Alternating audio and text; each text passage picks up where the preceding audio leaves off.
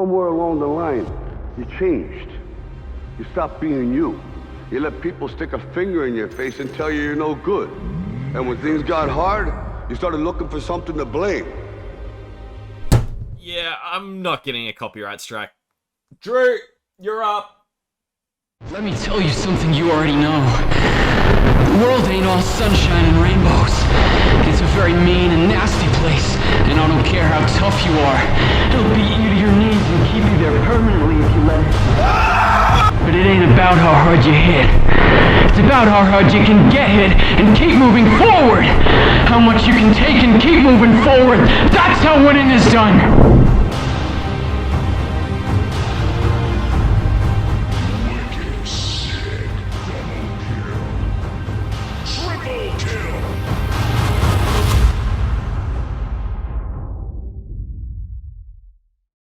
Right-click Lina is nothing new. Everyone's played it, everyone's seen it. It's been strong in previous patches. You go your Brown Boots, Maelstrom, Mjolnir into Pike, BKB, maybe eventually a Daedalus, and then a Satanic to close it out. A good mix of heroes I can relate this to is Gyrocopter and Wind Ranger. With Gyrocopter, you're a really stat-heavy, critting Satanic hero that is really hard to take down. And for Wind Ranger, it's a build that actually reminds me a lot of an old school slasher Wind Ranger build. You would rush Crystallis, ult people, and you'd get free kills and scale into a right-click core. What's different here is the timing of the Satanic. It's your second item. Since Blade Mail has received a few nerfs now, plus your Crystallis timing coming out so early, you shouldn't feel too bad about versing Blade Mail heroes. Before I explain the core items, I think it's important to go over a few tips.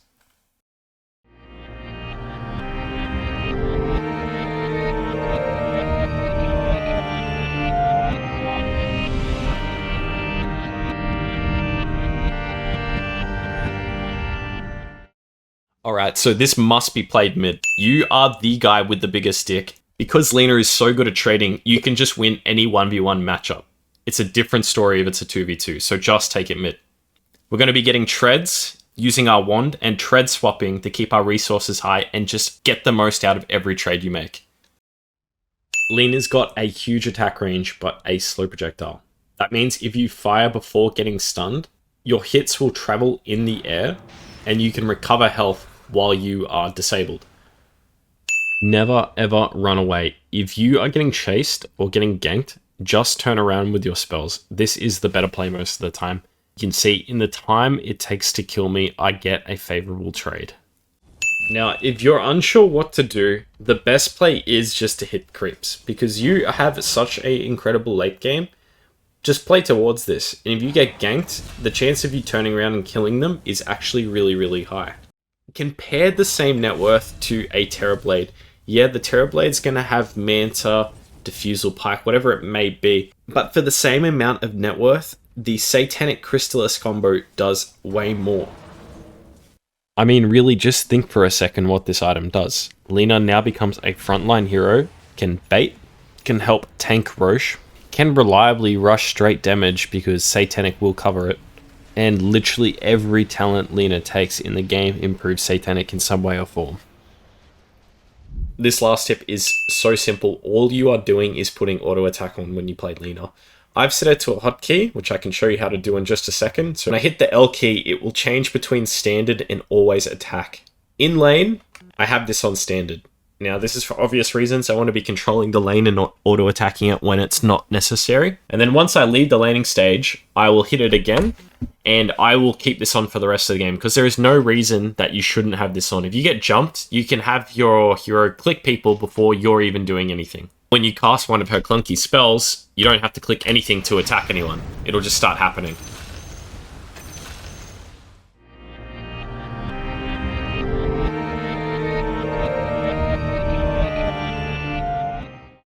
This is becoming a staple lately, admittedly, but my starting items are the exact same for Lina as they were for my Viper build. If you haven't seen that one, check it out after this video.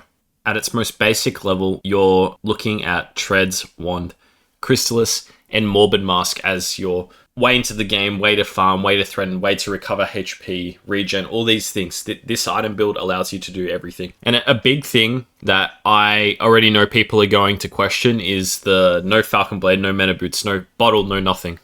So I play this mid. And when you don't skill LSA and you just use your Q correctly, ship out a few clarities, pick up a water rune or two, you're actually pretty good.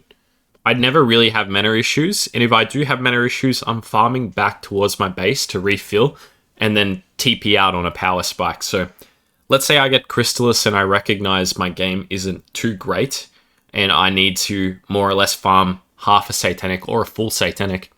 I can use my mana more sparingly, knowing that I'm going to head base in the next minute or two based on what's happening. So you'll always show up to a fight with full mana or at least half mana.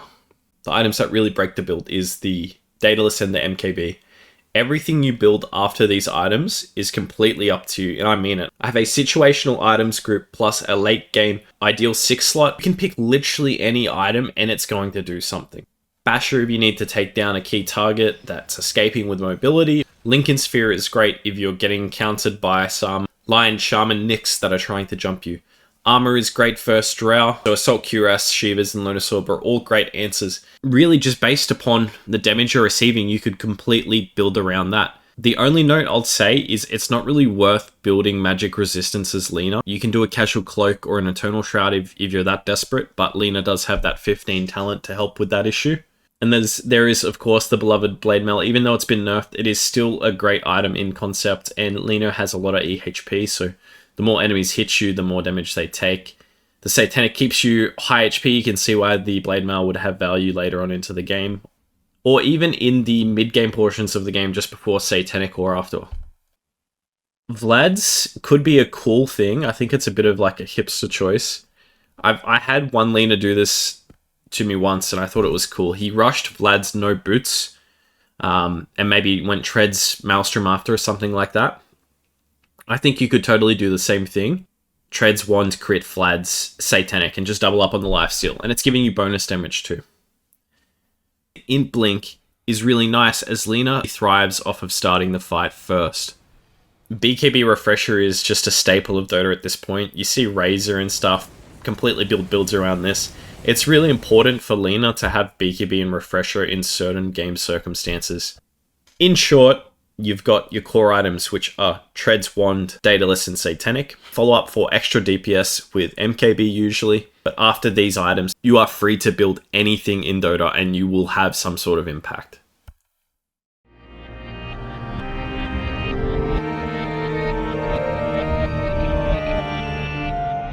Always click as Lina, especially once you get this level 2. Just from 3 stacks alone, we're getting 24 attack speed, and we're about to get 48 attack speed as well, and that's just at level 1. It's going to really scale on the second point. You can see at normal speed. You can control the lane, harass, you can do everything because you have so much attack speed for free. So between starting with a stick and backpacking my attributes when I pick up water runes, like this, I recover enough sort of mana to keep playing with my Q and be useful. And by useful, I mean proccing my passive frequently. The more my passive is up, the more I get to run and chase and hit, and last hit better. That's the main idea. We're only relying on a Q here. We have no other spells, so over time, after some clarities, we'll be okay. You can see I'm super low, but I'm not like afraid to catch an orb and turn around. In fact, I should have chased him straight away. This was my inexperience playing. But you'll see back here where I say I should have chased him. When he goes on me, I have no reason to run. I should just be literally clicking the whole time. So I have 2 Fairy Fires, but instead I spend about a full 2.5 seconds there retreating. And he gets really low. He does this play. And the damage would have been enough because I clicked him a few more times. Okay, I do die here. I mean, we have control of Rune, but my Skywrath just kind of glitched out in his brain and didn't pick it up in front of the puck. So obviously this play didn't end up working. It would have been a free kill. So now my game is really bad. He's got 1,000 lead on me. I think it gets only worse. At 10 minutes, he's nearly 5k net worth, and I'm barely pushing 3. So how do I recover this sort of scenario? So we're closing in on Crystalis. Way later than we would want. I mean, 4k net worth as a Lina at 13 minutes is really, really sad. But we're close to it, so let's not grief our game anymore. Let's just focus on killing the safest thing we can and avoid dying. So we're just going to hit Ancients. Now we're feeling really good because we just hit level 10 and I got 25 damage. And now I'm going to start taking stats each level. We ult this guy, he gets his spell out, but I get all my stacks from it. Threatening to kill the Puck, we get the Chrono, and the damage is so free, as you can see. I'll play that in 1x speed as well. So let's say Yelena has Maelstrom by now. It's the same DPS, but Maelstrom doesn't scale as hard as Daedalus. And so I can easily add burst, not only from my right clicks, but this maxed Dragon Slave. A lot of people are only taking 1 point in both these abilities, and they have even worse mana issues. I think it's from a mana standpoint, because they take stats. The point is, if you just skill one of your abilities, being the Dragon Slave, with the better one for damage and cast animation, you can do a lot per fight. It's like you come in with good mixed damage this way, whereas the other Lina is more min-maxing a physical output. Puck makes a mistake.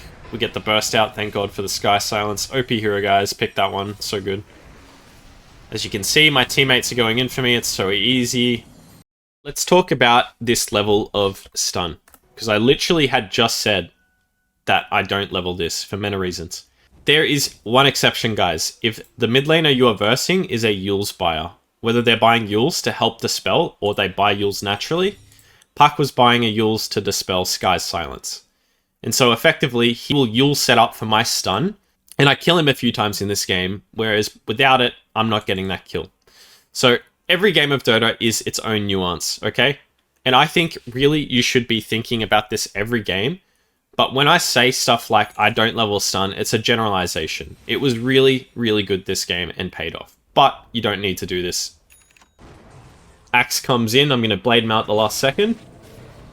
Still take a bit of damage, but I'm taking virtually no damage instead of a lot of damage. Willow's kiting me, they're both kiting me.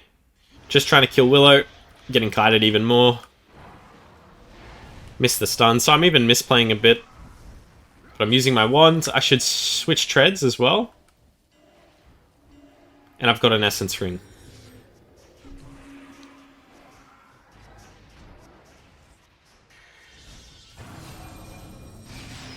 I mean, guys, I wasn't kidding. This took me a very long time to die, and I almost killed so many on the way out. So you can see, even though, like, I feed in the end, it's amazing what I was to do with just by myself. Yeah, so this whole exchange is basically a repeat of what just happened at top, but I actually don't die this time, because I do, like, too much damage and too much heal. I mean, look at this. This axe is trying to blade mail me, but it doesn't really work.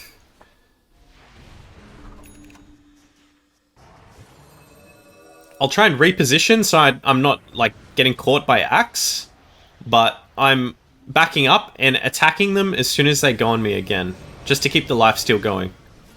Even going as far to hit neutral creeps with Satanic to recover some health. And I honestly will die to Kez without Satanic there. That hero is insane. Get a nice 3-man Dragon Slave and then finish up all those targets I made low. I mean, that's a crazy ultra kill. I also don't know what it is with this build, guys. I just seem to get ultra kills literally all the time. It's not rampages, it's not triples. It always ends up getting an ultra kill. And here's this MKB DPS I'm talking about. I mean, it's substantial. It's such a big difference in terms of DPS. And it only adds to what the Satanic's doing. The more you're hitting, the harder you're hitting, the better the payoff of the Satanic is. So that's the build, guys. I've only got a few games on this, admittedly, but it's quite strong, if not very, very fun. Is it better? Is it worse? I'm not sure. Tell me in the comments below. If you guys enjoyed this video, please be sure to like, subscribe, and comment. All of the support means a lot. Let me know what you've been playing that's slightly off meta, and if you want a blueprint video on this Lina build.